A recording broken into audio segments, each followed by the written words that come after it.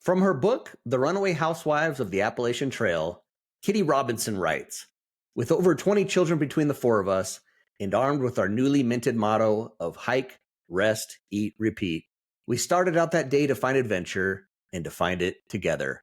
How fortunate I was to be able to speak with the author of The Runaway Housewives of the Appalachian Trail, Kitty Robinson. Kitty is a wife, mother, author, speaker, and someone who advocates for strong mental health. One thing she does for herself each year is section hiking the Appalachian Trail. Get ready to hike the beauty of the Appalachian Mountains and maybe be pestered by some mice along the way with Kitty Robinson. Welcome to Journey with Jake. This is a podcast about adventure and how through our adventures we can overcome the challenges of life that come our way. While I expect you will learn some things about different adventures, this show will entertain you. Each episode will feature a different guest or guests as they share experiences and stories from the different adventures they have been on. Not only will you be entertained, but you will also hear the failures and trials each guest faces and what they have done or are doing to overcome the hardships that come their way. My goal is to take each of us on a journey through the experiences of my guests with the hope that you'll be entertained and inspired to overcome your day-to-day challenges. After all, it's not all about the destination as it is about the journey.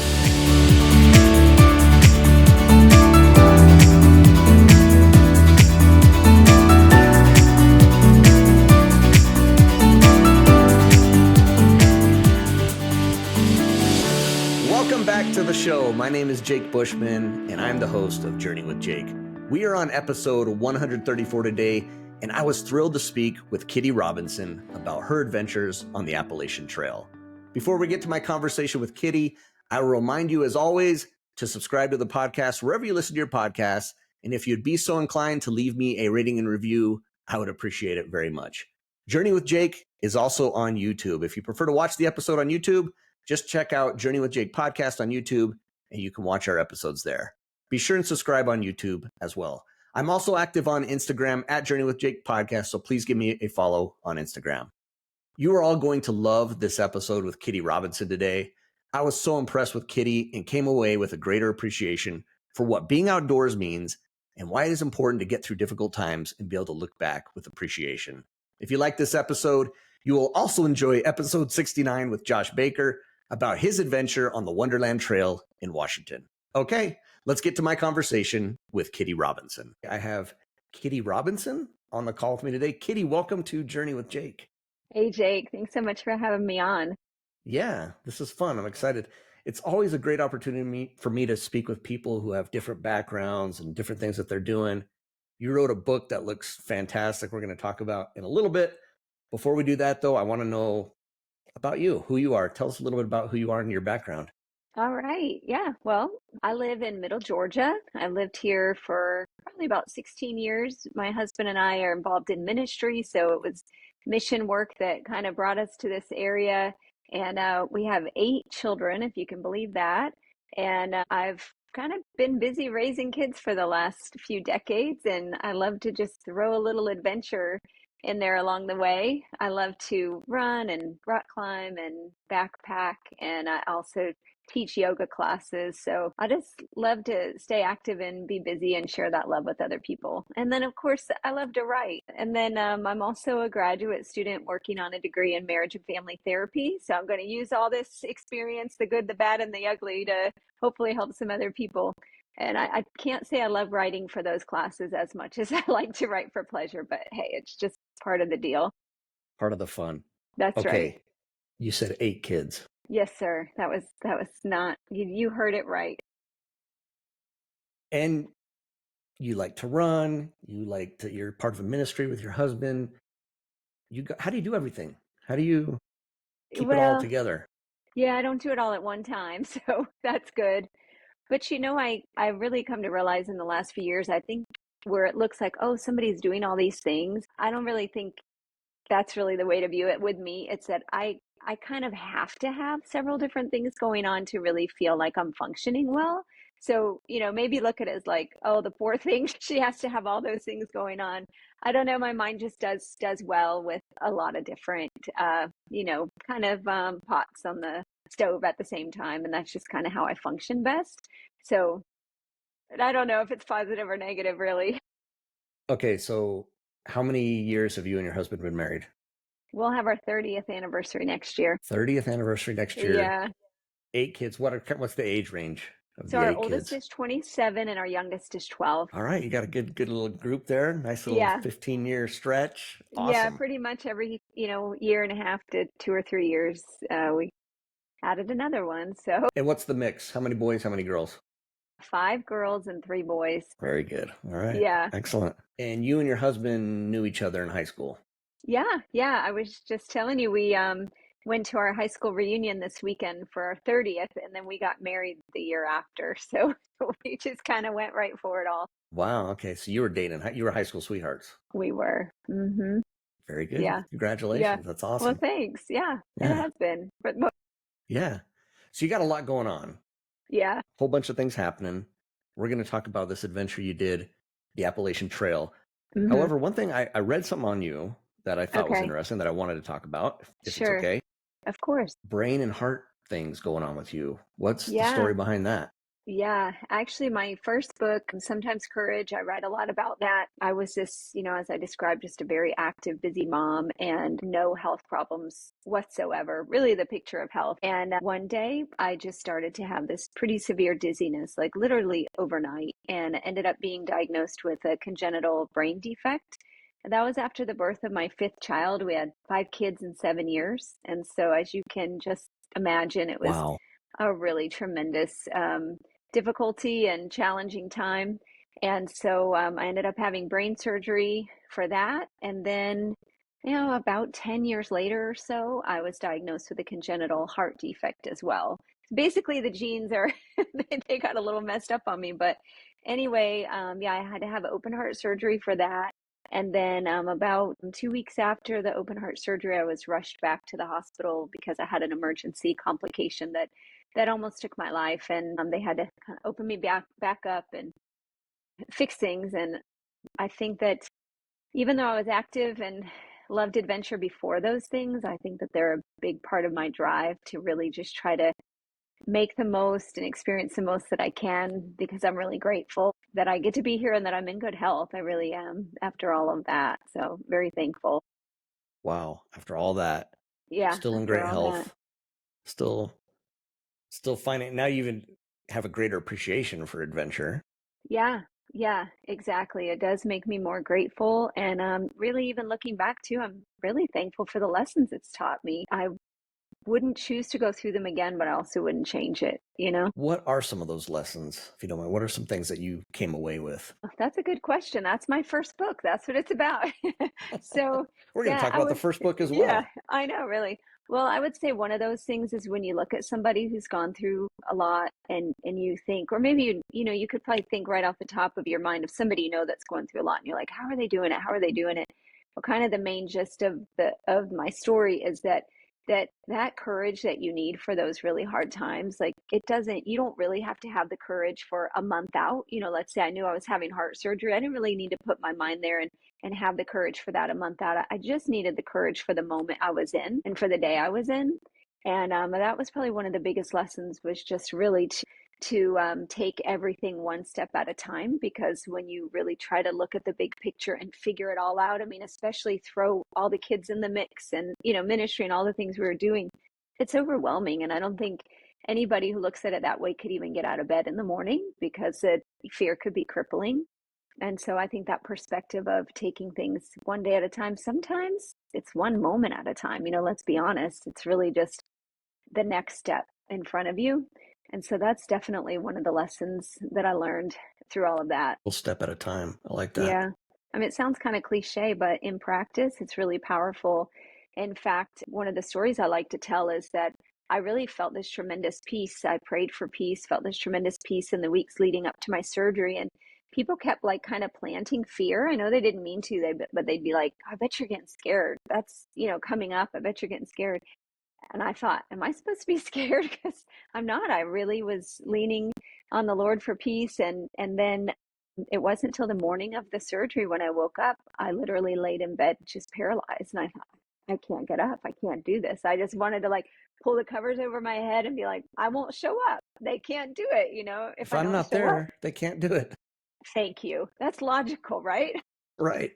And so I just laid there and I just thought, I don't have to think about getting wheeled back for surgery right now. All I have to do is get my feet over the side of the bed. And I stopped and I prayed for the strength to do that first step. And then it was like, okay, now I just got to get to the bathroom. You got to do the whole sanitization shower and all that stuff. It's not just like get dressed, get out the door. You really have to think about it. And so it was amazing the peace that came each step of the way. Before I knew it, I'm in the pre-op and laughing and cutting up and having a good time with my family and just full of peace. But so I don't think anybody's immune to that kind of paralyzing fear, but I do think a lot of how it affects you is how you frame it and approach it. And that's definitely a hard lesson to learn, unfortunately. Yeah, no kidding. That's one way to learn it. It's a tough way to learn it, but it's one way Yeah. to learn it. Yeah. You talked a lot about praying. Tell me about that relationship with God for you. Yeah. Well, I definitely have a personal relationship with God through Christ. I depend on the Lord every day. You ask, how do you do all these things? I mean, that's it. I really depend a lot on the Lord, on his promises, on his goodness, on his faithfulness. And when I look back at some of the things I've been through, I can say I don't take credit for that peace. I don't take credit for any of that stuff. I definitely give him the honor, all the credit for that. Thank you for sharing that. I appreciate that. Yeah. It's fun to hear that, and I'm glad to hear that too, because I like people who have some faith and things like that. I think it's important. So I'm glad that you shared that with us. Thank you for Yeah, that. I appreciate you asking. Definitely. For you, when you're struggling with those things and you have, Mm-hmm. just one step at a time, Yeah. what's the support like from your family? Yeah, my husband really is a tremendous support. I don't know, how I could have gone through what I've gone through without him. He has just really been by my side through everything, and I think sometimes what challenges him the most is after seeing me suffer and go through those things, which of course is devastating for him. The next step I'm saying, "Hey, I want to try to run a marathon or do something that just really feels out of the box for him." And he feels very protective of me, and he's like, you what? You want to go hike the AT? You want to go? So I think that's where I find the most support from him, is him being behind my dreams and my goals, whether it's the crazy idea of writing a book or going back to school or running a marathon. He's just always has been my biggest cheerleader. And I'm sure that doesn't come easy when he really just wants to shelter me and protect me. But instead, he's always behind me, finding some way to support me in it, even though he has no interest in any of those things whatsoever. He's not a marathon runner? No, no. In fact, you might get a kick out of this, but we just kind of realized like we're just really different, but we love to spend time together. But the things that I find enjoyable are a little different, than what he finds enjoyable. And so one of the things that we do, like I would love for him to run with me, but he doesn't want to run, and that wouldn't be enjoyable for him. So he'll get on his four-wheeler and ride next to me while I run. In our most recent run, he mounted a fan to the front of the four-wheeler and he's driving next to me, and we are having the best time spending time together. Him doing what he likes, me doing what I like, figuring out a way to do it together. Our neighbors were all just dying. They talked about it for like a week. What are you guys doing? But that just makes things work for us. I love that. That's awesome. Thank you for sharing Yeah. that. That's great. One thing I noticed some of your posts and things that I've seen on Instagram, Uh-huh. you love being outdoors. Yeah. What is it about the outdoors for you? Yeah. Oh, that's a good question. As a student here in therapy and really drawn towards a more holistic view of mental health. And I really think that we are created to be outside. I think that that's the baseline, that's the standard. So let's say you read a research article that says, hey, exposure to green spaces lowers your risk of cancer, right? That's one that's definitely been suggested by the research. And so the way I frame it is that not being exposed to green spaces, not making that a priority, actually increases your risk of cancer, because that's the norm. It's just that we live in such an industrialized society that it doesn't feel like the norm anymore. Like, oh, I need to go get out in the forest to lower my risk of cancer. Oh, you need to consider that. That should be your baseline, where you're getting outside regularly, because that's what we were created to do. And so I just find being outside very healing and very visually stimulating. Like the analogy I think of all the time is like, I want to drink it in. I just want to drink it in. I don't know how to, but like my ears want to, my eyes want to, everything. The sunset, the clouds in the sky, the birds going across the sky. I love to like lay under a tree and look at the leaves against the sky. I like the fresh air, the grass, like all of it. I just love it. It is healing. It really is. Sounds like it puts you at peace. Yeah. Yeah, it really does. And I share in my Runaway Housewives book, there was a really terrible time that my husband and I had to face with actually dropping our daughter off at a mental hospital, which is a big reason why I'm drawn towards that field after wanting to take her own life. It was really devastating, as you can imagine, as parents to walk through that. And the day after she got back, I was supposed to leave for my annual hike I would take with these girls, which is what I write about. And I just thought, I can't go. I can't leave. She's just coming back. We're trying to navigate this, figure out how to move forward. And my husband just had the insight to say, I really think you need this. I think this is what you need to help you in this time, that you're going to come back refreshed. You're going to come back healed in a sense. Obviously, that's not going to take all my problems away, but he felt like it would give me time and space to process what we'd gone through and just how to have a better idea of what our next best step was. And he was so right. And I was concerned because the ladies I go with, I'm always like the one joking and laughing and, singing. And I thought they're not even going to want me because I'm just going to cry the whole time. And I did cry a lot, but I'm not the first one to hike on that trail and shed some tears on that trail. Like a lot of people gone out there to process grief, and it's a really powerful method for doing so. And he was right. When I came home from that hike, I felt more connected with the Lord. I felt more connected with nature. I felt more at peace. I had support from friends, which we need as well. I always say, like, exercise is good, exercise with friends is better, and exercise with friends outside is best.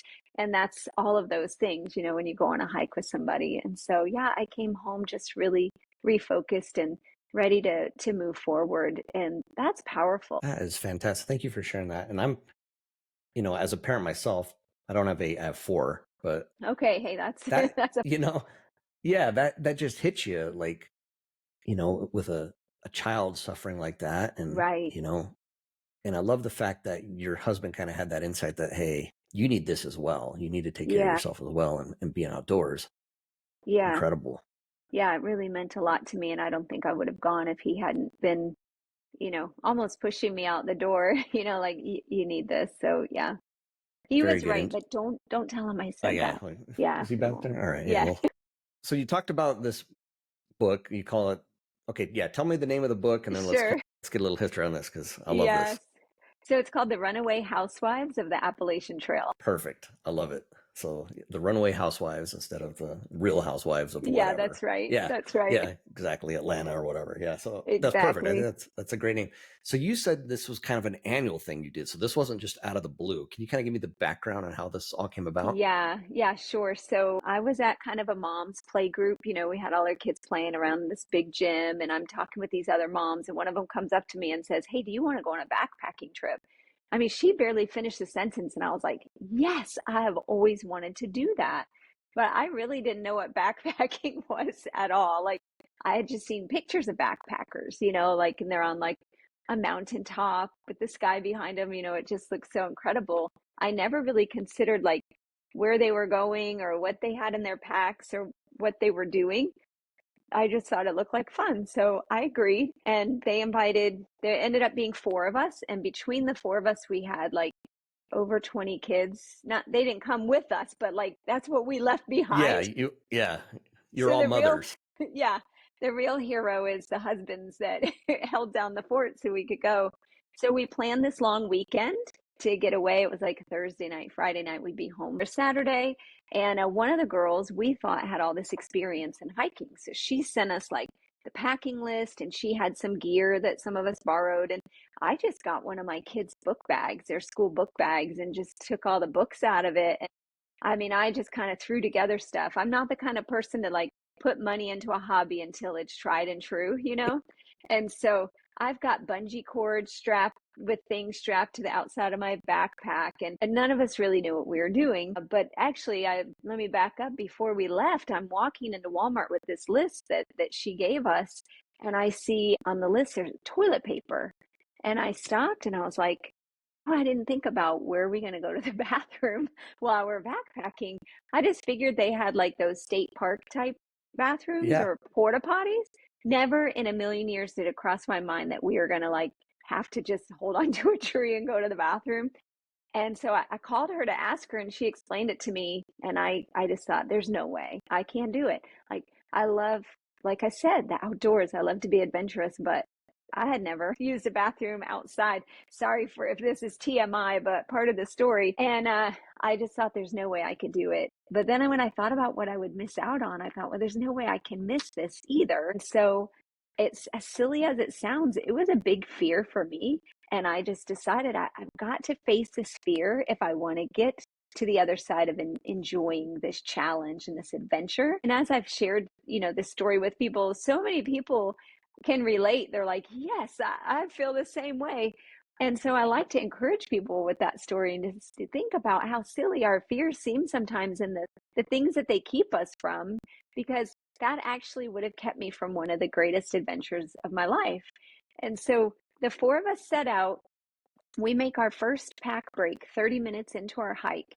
And our packs, as you can imagine, with a newbie backpacker, they were way too heavy. We had so much stuff we didn't need. And this is going to get a little girly on you here, but All right. women have cycles and they come whether you're backpacking or not. And so one of our girls is in the woods dealing with that. Another one is a breastfeeding mom. She's left her baby at home. She's got a portable pump in her backpack. And those two are off in the woods doing their womanly things, and the other two and I are just sitting there like, wow, these women are so strong.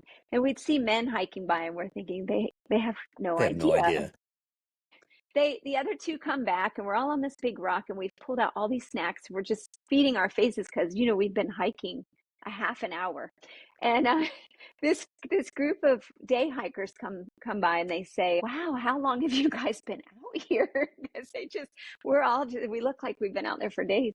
And one of our girls says about 30 minutes. And they're thinking to hear like days or weeks or months, and she says, oh, we've been out here about 30 minutes. And they all just looked at us with pity and just walked right on by like they are not going to make it anywhere. But the truth is, we have made it somewhere. We've done these trips now for 7 years, and we are section hikers. If your listeners aren't familiar with the different hiking terms, so they were day hikers going out for the day. We go out overnight in sections. Every time we go out, we pick up right where we left off. And then you have through hikers, people who start and do it all in one go. One point to another, yeah, kind Yeah, of thing. Okay, yeah, so section exactly. hikers. So Yeah, you would, okay, yeah, I want to get this cleared up first. So, sure. because I did read something, you kept saying section hiker, and I was like, Yeah, oh, even me, I was kind of like, what is this? Okay, yeah. so you would hike to a certain spot or just wherever you ended up? How did that Yes. work? Well, we do have to calculate it. So that Okay, that first trip, we actually only made it one night. We made it 12 miles. not But bad. but we caught the bug. And so we came home, we did some research, we learned some things, we went out again. And so when we go out each time, what we do is we park our car where we intend to finish. And then we get a shuttle driver. So there are different shuttle services you can call. They pick us up at our car. They drive us to where we left off the year before, and they drop us off. Yeah. And we Okay, literally just get out and then we just disappear into the woods. And it's like we have to get back to our car at that point because there we are. And so, however many miles we plan to do that trip, that's how far away our car is. And then we hike back to our car. And it's always miraculous to me when we come out of the woods and there's our car. We're like, man, we did it. We made it all the way back. And then we drive home and we put up our packs and I kind of think of it feels like superheroes. You see them like their outfits go away. And then we get back to our normal like dishes and laundry and taking care of the kids, all the normal housewife things, until it's time that we get to run away again and get out our little superhero backpacks and take on our alter egos. We all have trail names, and we just kind of take on these totally different personas as we're out there in the woods. I love it. That makes more sense to me now. So Yeah, next year you'll yeah, go start where you finished off this past exactly. year. exactly. Perfect. Okay. Yeah, and one of the reasons that I really wanted to write this book is because I'm a prolific reader of trail books. So if you have any guests you've had on and you're like, oh, you got to read it. I love to read stories of people who have hiked, particularly the Appalachian Trail, of course, because that's what I do. But all the books I read are through hikers because those are the stories that seem like they're book worthy. I lived in the woods for 5 months and I started in Georgia and I made it to Maine. Like the distance we've gone, if somebody were through hiking it, they could do it in like 6 weeks, and we've been doing it for 7 years. Like it's not impressive. But I think what is impressive is that we keep coming back, and also I think that sharing these stories shows people that they can do this and still have like normal life going on at the same time. Yeah, without a doubt. You said something I thought was kind of funny. You said you all have trail names. What's your trail name?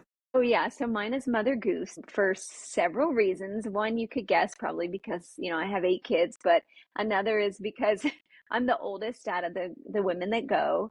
And then I'm like the storyteller of the group. So I'm always, telling stories and like I said, trying to bring the fun because I don't really bring any other skills. I don't have mapping skills, compass skills. I could get us lost really without much effort at all. And so one of our girls is a nurse, and so she brings that, which is nice. She preps everything, like really plans like water stops and where we're going to stay, everything. And I just show up and try to bring a little fun to the adventure. Very nice. How about the relationship with the other women there, the other mothers, Yeah. the other Yeah. housewives? What's that Yeah. like been over the years, the last 7 years? Yeah, well, it's really cool because it started out as all a group of women from our church. And so, I kind of laugh at us church ladies out there because we have some off-color moments, when you're just pretty exhausted at the end of the day. You don't know what's going to come from these girls. But also, just kind of a little side note, as I share our stories, we've all been through some challenging things. It's a fun, lighthearted book, but you heard that story there earlier about my daughter. That's not too fun or lighthearted. Hmm. One of the ladies was processing a divorce. Another one was considering a divorce and was recovering alcoholic. One was really just trying to, I hate to say find herself in the sense that you hear that, but she was having children and loved having, growing her family, but she also had been a really accomplished athlete. And she was trying to figure out how those two could coexist. Like, did she have to give up that side of herself in order to be a mom? And so this hiking really helped her to reconnect with that side of herself of wanting to challenge and push herself, but be able to do it with other women, that kind of had that same mindset. Um, Over the years, we've actually had different women kind of rotate in and out of our group. So on the cover of the book, there's 5 women, but there were only 4 of us the first time we went. And one of the 4 couldn't make the photo shoot, so she's not even in the picture. But altogether, there have been 6 of us, but we've had, different ones that rotate in and out. And the last few years, it's just been 2 of us. So it's the same 2 that go pretty much every time. Wow. Okay. Yeah. It's incredible. And I would imagine okay, so the first time you said you went, it was like one night. How many Yeah. nights are you going now? You said like 3 or 4 nights? Yeah, actually now we go for a whole week and A we week. do yeah, we do just over 100 miles. Wow. Okay. Yeah. That's impressive. Yeah. So being Well, out there, yeah, feels good. yeah, Go for ahead. that's awesome. And being out there a whole week together, yeah, I'm guessing you're having some pretty, I don't want to say intense, but just some good discussions with each other, Yeah. some really heartfelt discussions, it sounds like. Yeah, whether you meet someone at church or at work or at the gym, it's all like to build a relationship. So much of that interaction is in passing, right? It could take years to really develop a relationship with somebody that's really meaningful and built on something. But you turn loose with somebody in the woods for several days and it goes deep really quick. You learn to depend on each other and support each other. You have to learn to like be okay with each other's kind of, weird isms. But also we find that it's like kind of a wide range of interactions. We might have 2 hours straight where we don't really do much more than like, good job, keep going. Guy language would be grunts, like, yeah, okay, we got it. That kind of stuff where we're just kind of talking to just encourage the other person because we know it's just a really hard stretch or we're tired or we're just talked out. And so we might go a couple hours without hardly even talking at all. And then other times we could have these very, very deep discussions, and they're never rushed by time because that's all you have out there. You have unlimited time. And I'll joke with my friends, I'll say, "Hey, have I told you this story?" And then I'll say, "Well, it doesn't matter if I have, because I'm going to tell you again and you have nowhere to go. You have nowhere to be."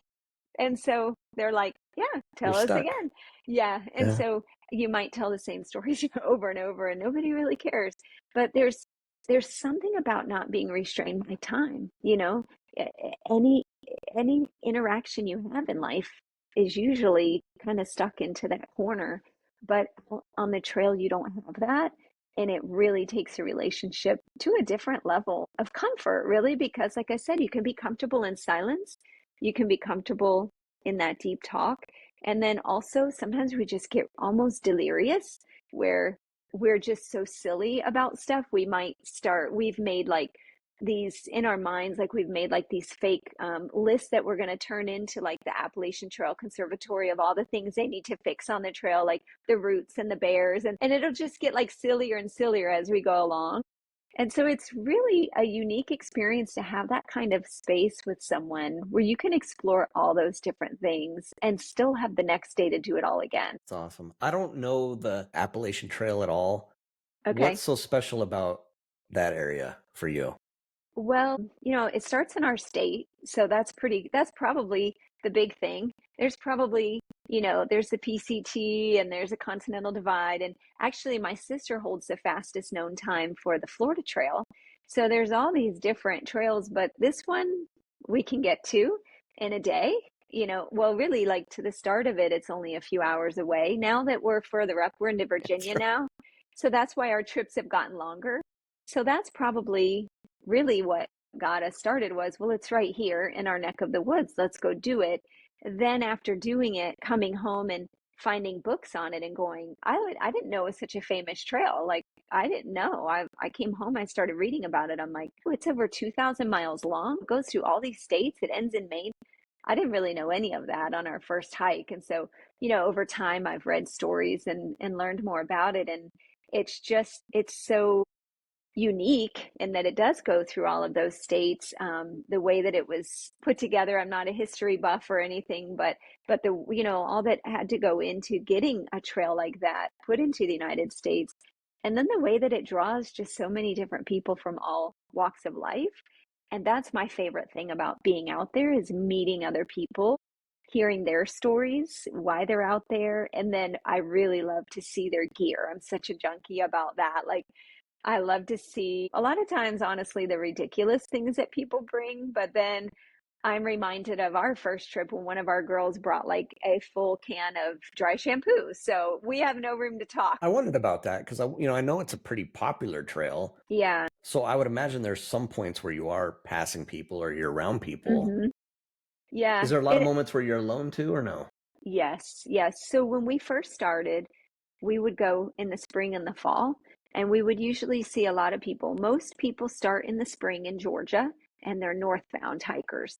And that group of people that starts, it could be a couple thousand thick, and it's called the bubble. And so those people, they're all would be through hikers. But as you can imagine, that group, that bubble gets thinned out a lot. In fact, if my stats are right, only about 2 out of 10 actually make it all the way to Maine.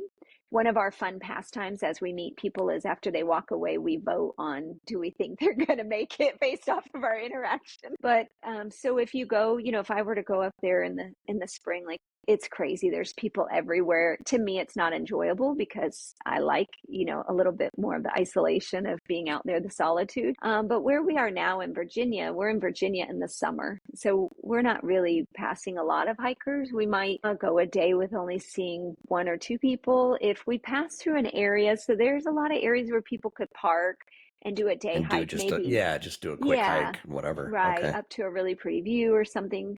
So those areas we might see more people. In fact, we know we're getting close to a parking lot if we pass people that smell good. We're like, oh, they smell good. They haven't been out here very long. So we know we're getting close. But yeah, you might go through long stretches where you're hardly crossing any roads or seeing a lot of people. So a lot of it depends on where you are and what time of year you're there. And so, I mean, you're over several states.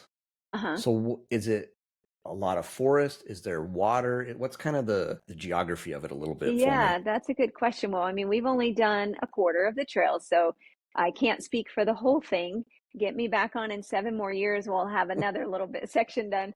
But the Appalachian Trail has the nickname of the Green Tunnel because the majority of it has this beautiful canopy formed by trees.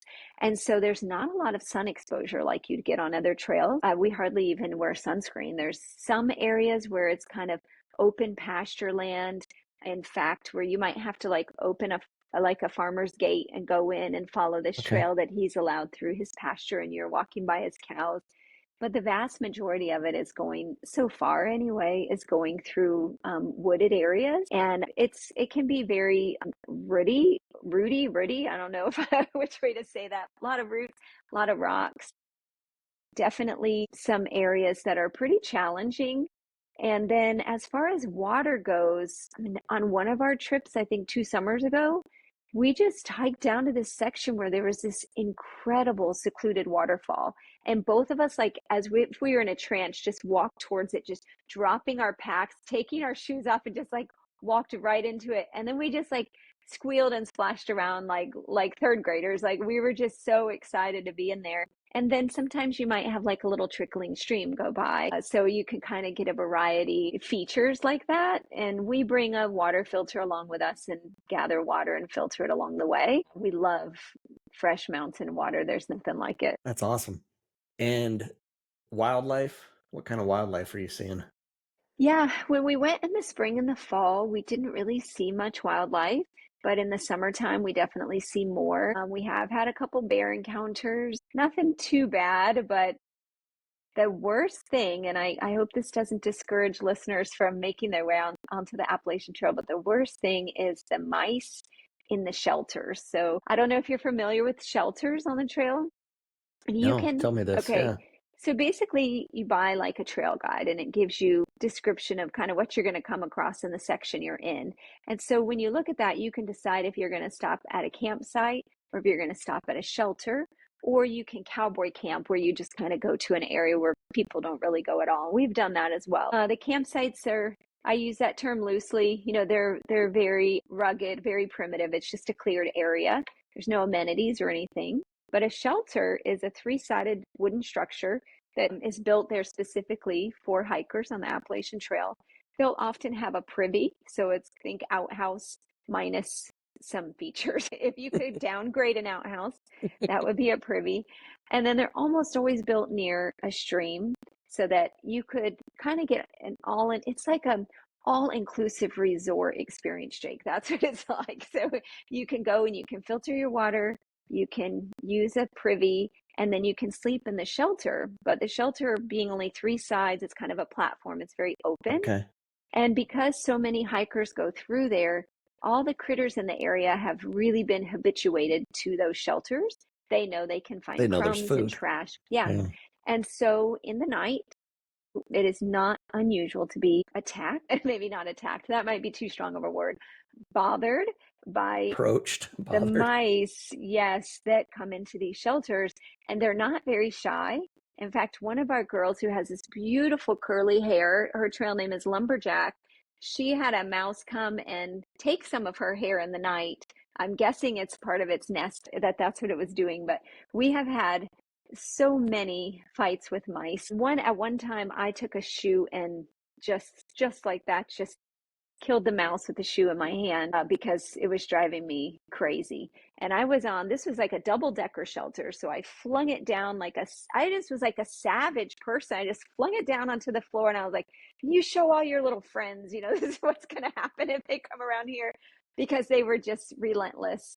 So it sounds nice to have the opportunity for a shelter, but we don't really stay in them often. We bring a very lightweight 2-man tent and set up in places where the mice have not been, trained to come and get into our stuff, because they have taken our food, they've eaten through our packs. I told you they took one of our girls' hair. It's tricky. So the mice, I don't know if you want to call that like, oh, wildlife you get to see. Definitely wild, that's for sure. And we've had some rattlesnake encounters. Mm. Twice I've walked right by one, like within 6 inches, and didn't see it, but the person behind me stopped and said, "You need to turn around and look at, what you just walked by." And there it was, Wow. just coiled up, laying there minding its own business as they normally do, which is something people need to remember, that Yeah, they're not out there to get you. Every once in a while, like a wild turkey or deer occasionally. But we actually try to make a lot of noise as we're going through the woods because we're not really looking to see bears. And so we probably scare away most anything that would be nice to see, but that's that's the probably way the we do smart it. thing to do. Yeah, yeah. That's probably being smart. I can Google a picture of a bear anytime I want to see one. Yeah, yeah. There you go. Yeah, it sounds like besides the mice, I mean, it sounds like you've had quite a few like lighthearted moments as well. Any Oh, yeah. particular thing come to mind that you can think of? Well, even our bear encounter was hilarious because we ended up like getting this other girl that we knew that was a little bit behind us. We waited for her because we had rounded a bend in the mountain and saw the bear, and Trail Boss, the girl that I told you that, does all the figuring, that's her trail name. She put her poles up above her head and made noise like she was supposed to. She's one of those people that in a like an emergency situation, she is going to respond textbook perfect. And she backed up, but because we backed up, we didn't know as we went forward if the bear was still going to be there or not. And so we had to kind of gather our thoughts of what we were going to do. And remember, I'm pretty useless. I could tell the story of the bear afterwards, but in the moment I'm useless.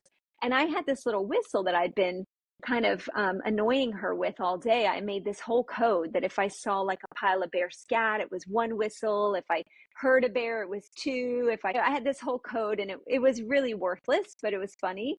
And so in that moment, we got the other girl with us, and she had like her phone. She played music out loud, and Trail Boss had her poles. And then there was no one whistle, two whistle, three whistle. I just whoo, whoo, just blew It's just over going. and over and over on that whistle. And then we just walked through, and we laughed so hard about it because it was like this parade, like this bear parade, and we did it for an entire mile because who knows when that bear was, and it was huge. And so we didn't know where it was. We went for an entire mile, and then we just laughed so hard, at how we kind of came together and made this little bear band as we went through the woods. But we lived to tell. We survived it, and yeah, lots of really crazy stories and funny things that we look back at and laugh at. And then also lots of moments where we look back and go, and we did that, where we just feel incredibly accomplished and really proud of ourselves, which is a good feeling. I think that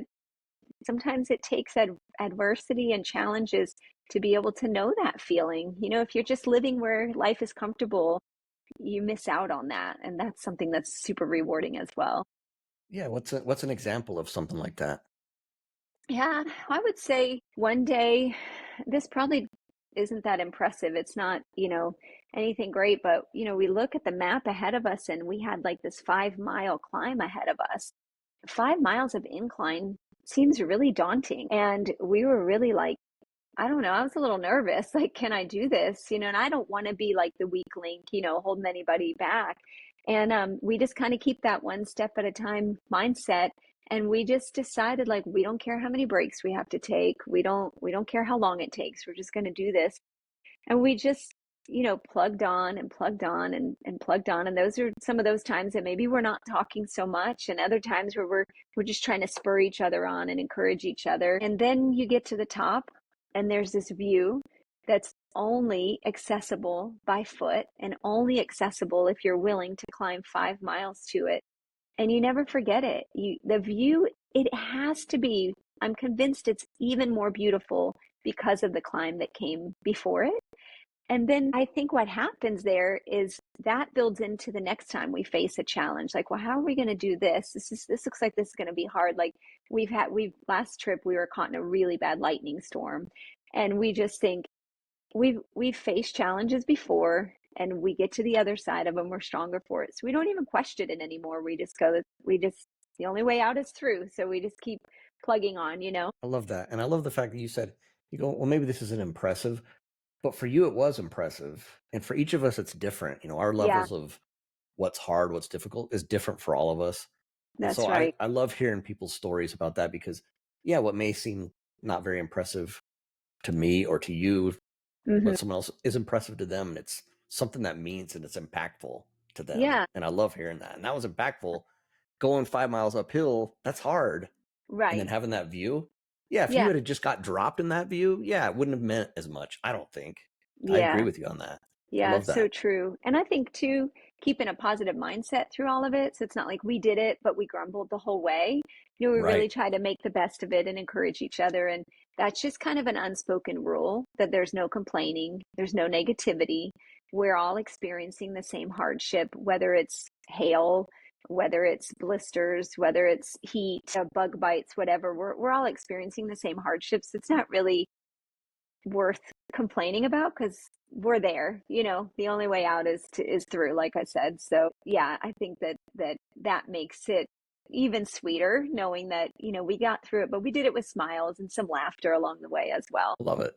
It's funny too, because you're saying, blisters and bug bites and rashes. Sometimes people are sitting there thinking, why would they even want to do Yeah. that then? What's the point of, but I think it's that other part of it, what, pushing through and what comes out on the other end and Yeah. developing you and, Hmm. Exactly. There was a time on our last trip where we had stopped on the side of the trail and we're sitting on this big rock and we're having our lunch I dehydrate all my food. And so I'm, rehydrating my food and I'm enjoying this meal. And there's this like bubbling brook right near us. It's just making this just really serene sound. The weather was beautiful. We're having such a nice time together, and I'm looking up at these gorgeous trees. We had just come through like these laurel bushes where there's white petals everywhere. And I was literally thinking, why doesn't everybody do this? I don't understand. Well, and then I was kind of snapped back to reality by like this swarm of flies that were around my legs. I mean, you know how it is near water, right? And I'm sweaty, stinky, it's probably day 3 or day 4, so they're really enjoying being around me. And they're pesky, they're relentless, they're all over. And then I thought about the rain that we had had for like the last 3 days and how our socks and shoes had gotten soaked and how Trail Boss had a blister and had to cut out the back of her shoe. And I was eating the same meal I'd eaten for like 3 days in a row. And those all sound really horrible. Like nobody's like, sign me up for that. But my initial thought as I sat there was, this is incredible. Why doesn't everybody do this? I had to like stop and look for those other things. Like, oh gosh, I just realized there's flies around me. And you start to think about all those things. And I'm like, oh, I guess maybe that's why people don't do it. But to me, it's worth the trade for all of those other great things, that I mentioned. I love it. Thank you very much for sharing this and sharing who you are and your story. So tell everybody, if they want to get the book, tell us again the name of the book and where we can find the book. Sure. It's called The Runaway Housewives of the Appalachian Trail. It's available on Amazon.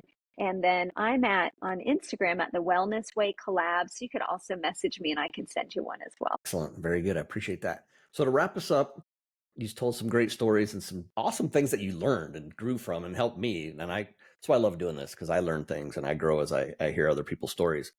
For you, what does adventure mean to you? Oh, wow. That's a great question. I think that while adventure is something that is like seen from the outside, like you can kind of name it, like backpacking or rock climbing or parachuting. I don't know. I'm trying to think like jumping out of airplanes, whatever that is. That seems very external, but I think adventure is something that's more on the inside. I think it's more about what it does for you, how it fulfills you. And I think actually you probably answered my question earlier, or your own question earlier, when you said, hey, that 5 miles for you, that was a big accomplishment. And so when it fills you, like getting to the top of that mountain and you feel filled with that sense of accomplishment and you're just elated, like I saw this challenge. I didn't know if I could do it. I did it. And here I am on the other side with this really almost unspeakable joy. Whatever it was, it took you from that point A to point B to give you that feeling. I think that could be adventure. I agree. I love it. Kitty, thank you so much for coming on Journey with Jake. Well, thank you, Jake. I enjoyed it so much. Thank you so much to Kitty Robinson for coming on the show and not only sharing her thoughts about hiking through the Appalachian Trail, but also sharing her struggles and some of the challenges she has faced with her health and taking care of her family. I grew so much from hearing about who Kitty is. Thank you, Kitty, for coming on the show. Kitty has 2 great books out there, Sometimes Courage and The Runaway Housewives of the Appalachian Trail. Go to Amazon and check those books out. They are both fantastic. Be sure and give Kitty a follow on Instagram at The Wellness Way Collab. And for more information about what Kitty offers with coaching and wellness, check out her website, thewellnesswaycollab.com. I am enriched with each and every episode of Journey with Jake, and I hope you are as well. Please think about sharing this episode with your family and friends. I would love for more folks to be able to hear the show and grow from it just like I do. We have another great episode next week. I had the chance to speak with Ingo Schulmeyer.